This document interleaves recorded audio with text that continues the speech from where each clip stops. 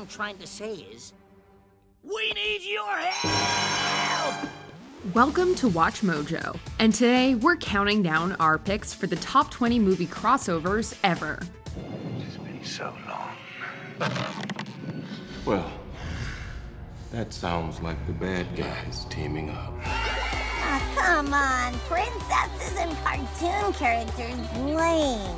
For this list, we'll be looking at movies that featured crossovers between different films, TV shows, video games, or even between fiction and real life. We'll also consider motion pictures that hinted at or fully confirmed the existence of a shared cinematic universe between separate properties. What's your favorite crossover movie? Let us know in the comments. If you like what you're hearing, be sure to check out the full song at the link below. Operate and perpetrate of what they friends think. It's onward and upward I uplift. My inner divine shifts when sharing my gifts into the ultimate. Number 20, Jackie Brown and Out of Sight. Hey, hi. Pleasure to meet you. I heard a lot about you. Both these films are based on Elmore Leonard novels and featured the same actor playing the same character. Okay, who's the other one? But admittedly, that's more or less where the similarities between these movies end. I guess. Michael Keaton's ATF agent Ray Nicolette is a major character in Jackie Brown, but his importance is reduced to a brief cameo when he appears beside George Clooney and J-Lo in Out of Sight. Went in there in a full SWAT, 2 choppers, that whole deal. Even so, it's also an example of a movie crossover between two ingenious directors. In this case, Quentin Tarantino and Steven Soderbergh. I've got one thing to say. You better hope we find him before he finds you. Number 19, the shared Tarantino and Rodriguez universe. Jungle Julia Lupi. Stuntman Mike McKay. Oh, good to meet you, Stuntman Mike. Directors Quentin Tarantino and Robert Rodriguez are close friends who have collaborated on more than one occasion. They also may have quietly created their own shared fictional universe. The most obvious example of this is Grindhouse, their collaborative double feature that contained 2 seemingly unconnected full-length stories with a few crossover elements. During Rodriguez's Planet Terror, we hear a radio memoriam for Jungle Julia, a character who appeared in Tarantino's Death Proof. Dedicated to our own Jungle Julia, in loving memory. The 2 films also share a character named Earl McGraw. McGraw has also appeared in Rodriguez's film From Dusk Till Dawn and Tarantino's Kill Bill Volume 1. The character's presence across these films suggests that all these seemingly disparate movies take place within the same universe. Well, sure, steady hand did this. This ain't no squirrely amateur. 18, The Monster Squad. It's been so long.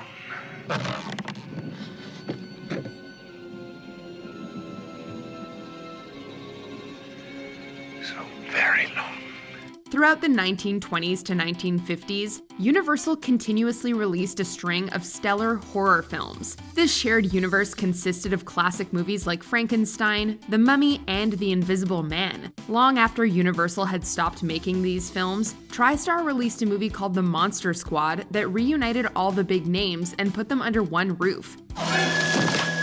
See you later, Band-Aid breath. Dracula, Frankenstein's monster, the Wolfman, Gillman, the Mummy, and some vampire brides all made appearances. It was wonderfully nostalgic for older audiences to see the creatures get together, as well as an exciting opportunity for 80s kids to meet classic movie monsters.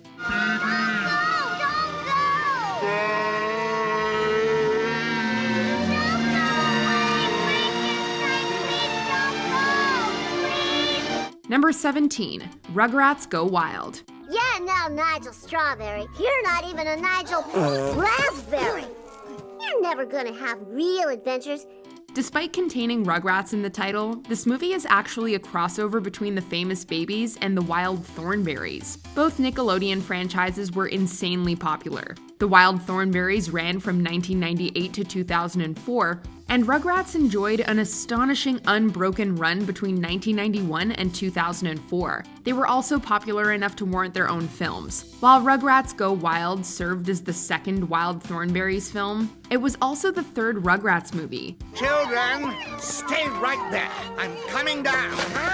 Despite the crossover element and strong fan bases, the movie was not a success. It received negative reviews from critics and underperformed at the box office. To make matters worse for fans, both TV franchises ended their respective runs after this disappointing 2003 crossover. Well, Eliza, as dog is my witness, I'll never lose my babies again! Number 16. Abbott and Costello meet Frankenstein. Hey, you'll have to get your dog away from the phone. I can't hear a word you're saying. You're awful silly to call me all the way from London just to have your dog talk to me. Perhaps the most bizarre and unexpected crossover movie of all time, Abbott and Costello Meet Frankenstein is widely regarded as one of the funniest movies ever made. It mainly serves as a spoof of classic horror movies, starring the legendary comedic duo Abbott and Costello. Like the Monster Squad, this movie also utilizes the famous Universal monsters. Don't be afraid. He won't hurt you. And despite the title, the movie actually contains 3 Universal creatures. Frankenstein's monster, Dracula, and the Wolfman all scare up some laughs. The movie was inventive, cleverly crafted, and hilarious. It also launched a series of further Abbott and Costello Meet movies, where they would later encounter the Mummy, Dr. Jekyll and Mr. Hyde, and the Invisible Man. Now that we've seen the last of Dracula, the Wolfman, and the monster, there's nobody to frighten us anymore. Oh, that's too bad. I was hoping to get in on the excitement. Who said that? Allow me to introduce myself. I'm the Invisible Man. Number 15. Space Jam. What I'm trying to say is, we need your help! It's an idea that probably shouldn't have worked. A bizarre crossover between Looney Tunes and a highly fictionalized account of Michael Jordan's brief retirement from the NBA. Ladies and gentlemen, the starting lineup for the Toon Squad! All the major Looney Tunes characters show up, alongside original tunes like Danny DeVito's Swackhammer. We also see Bill Murray playing himself and get a who's who of 90s NBA stars, including Jordan, Patrick Ewing, Larry Johnson, and Charles Barkley. Everyone is game for the outlandish story on display, and it only makes the movie that much more enjoyable. How about we go out and kick some alien butt, huh? Let's go. How about it, huh? Ready? Yeah. Number 14. Mothra vs. Godzilla.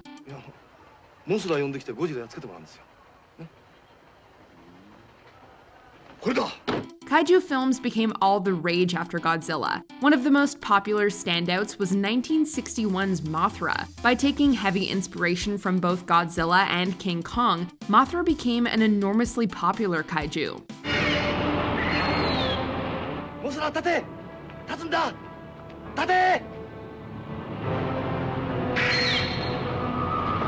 The monster proved so popular, in fact, that Toho Studios quickly went to work on a crossover event that would eventually be known as Mothra vs. Godzilla. Released only 3 years after the original Mothra, the movie was a special effects extravaganza, filled to the brim with inventive filmmaking and epic battles. It may look a little crude by today's standards. However, Mothra vs. Godzilla serves as an important piece of kaiju history.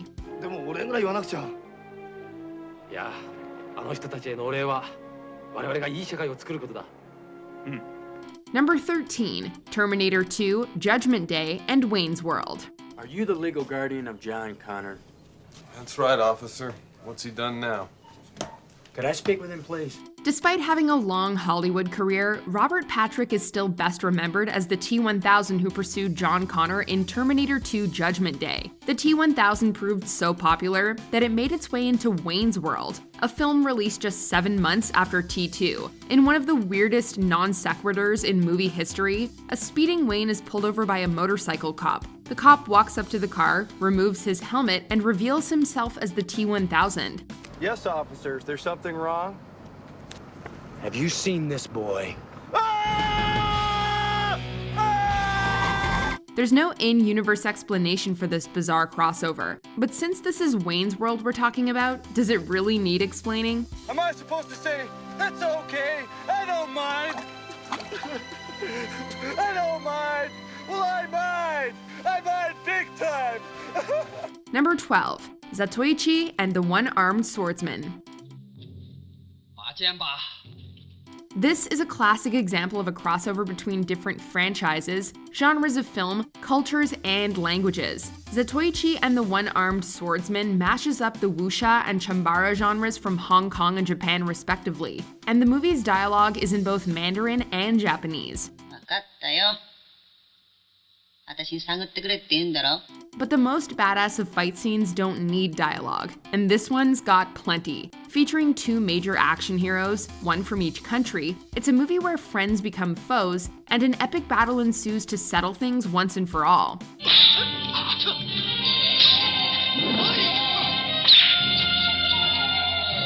Number 11, The View Askew-niverse. Oh, I'm Jay, and this is my head of a life mate, Silent Bob.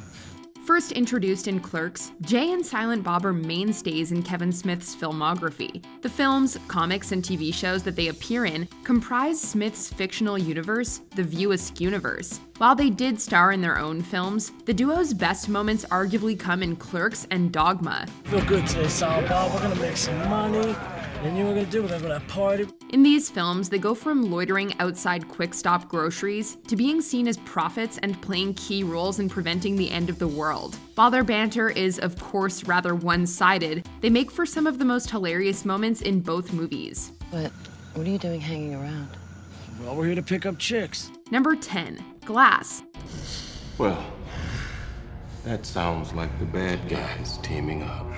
In 2000, M. Night Shyamalan released the superhero movie Unbreakable, which seemed like a standalone film. But at the end of his 2016 film Split, a final twist revealed that the film occurred within the Unbreakable universe. The major characters from both films came together for Glass, which served as both a Split crossover film and the end of the Unbreakable storyline. Fans of the latter had to wait nearly 20 years to see this hit screens. While the results weren't entirely satisfactory, we have to commend Shyamalan's commitment and creative vision.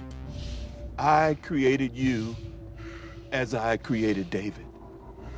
It just took longer. 19 years. Number 9, Ready Player One. Live action, cartoon, it's all your call.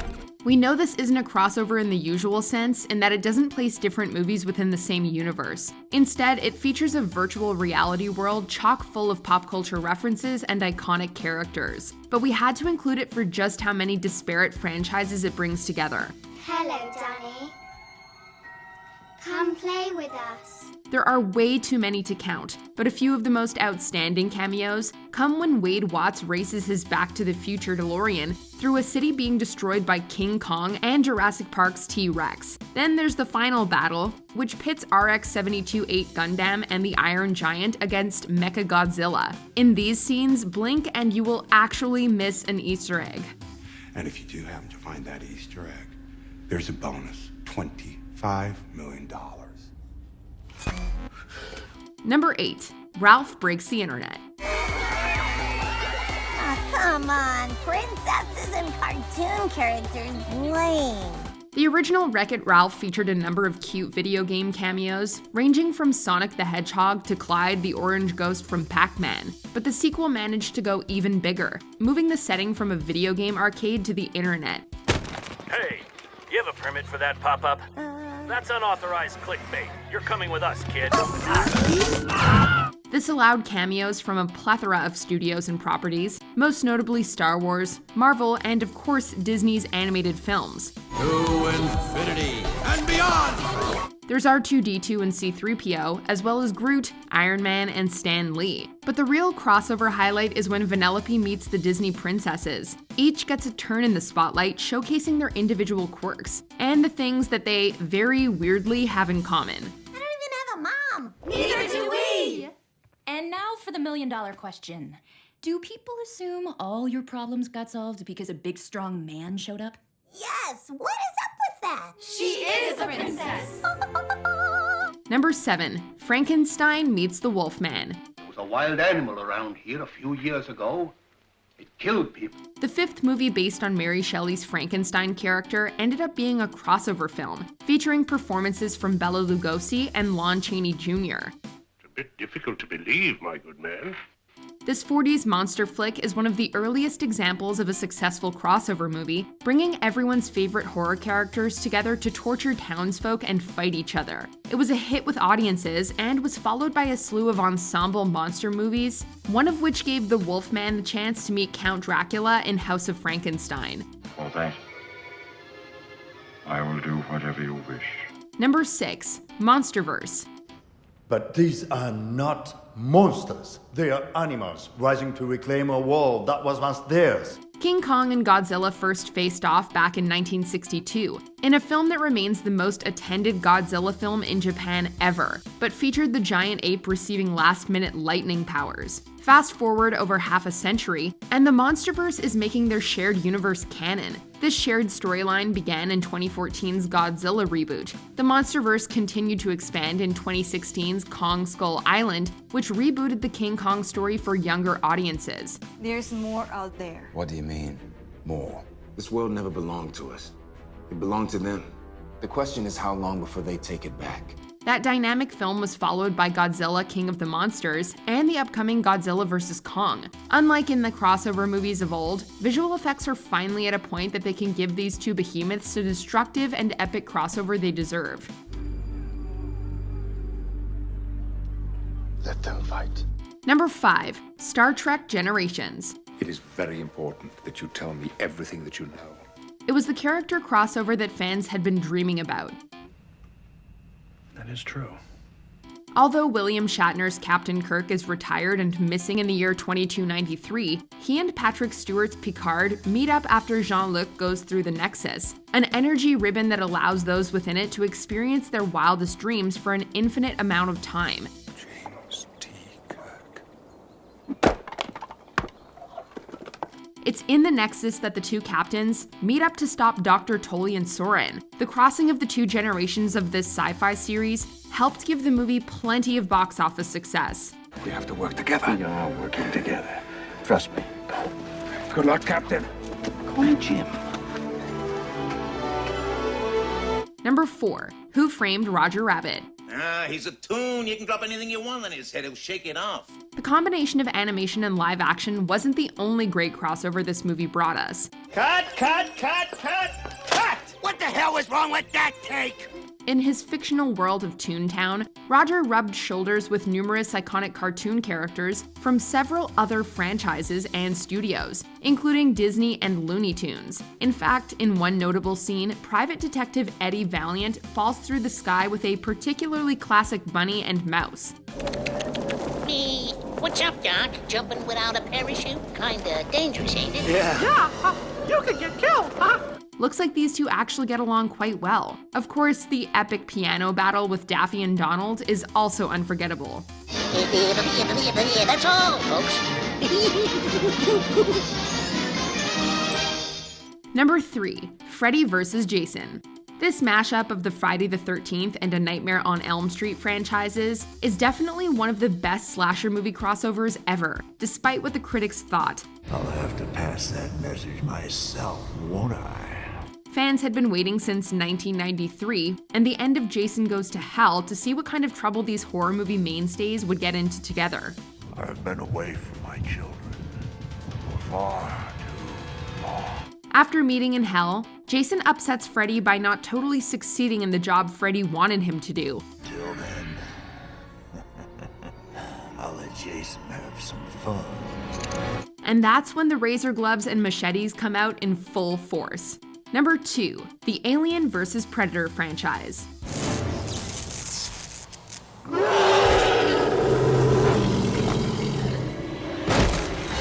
Although these sci-fi movie monsters had briefly crossed over thanks to an alien skull cameo in Predator 2, it's Alien vs. Predator that really pit them against each other. Bringing to the big screen what was once just a comic book idea, the movie sees a group of archaeologists caught up in a battle between the titular monsters.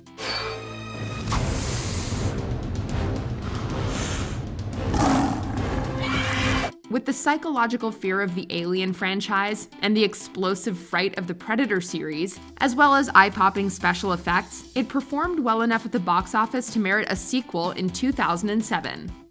Before we continue, be sure to subscribe to our channel and ring the bell to get notified about our latest videos. You have the option to be notified for occasional videos or all of them. If you're on your phone, make sure you go into your settings and switch on notifications. Number 1. Avengers Endgame. Look out for each other. This is the fight of our lives.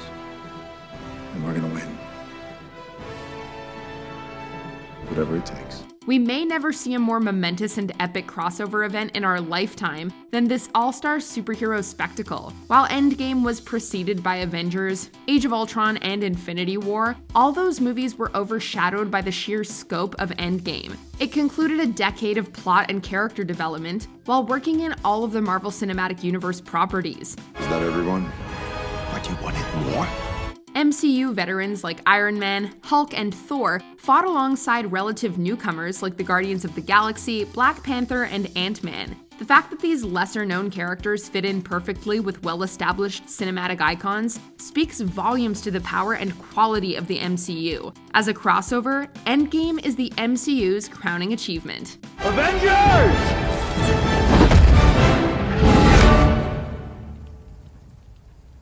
Assemble. Do you agree with our picks? Let us know in the comments. And hey, if you're a fan of the song playing right now, be sure to check out the music video for it right here. Oh, death is in the ultimate. About nearly lost my mind. How much more can give?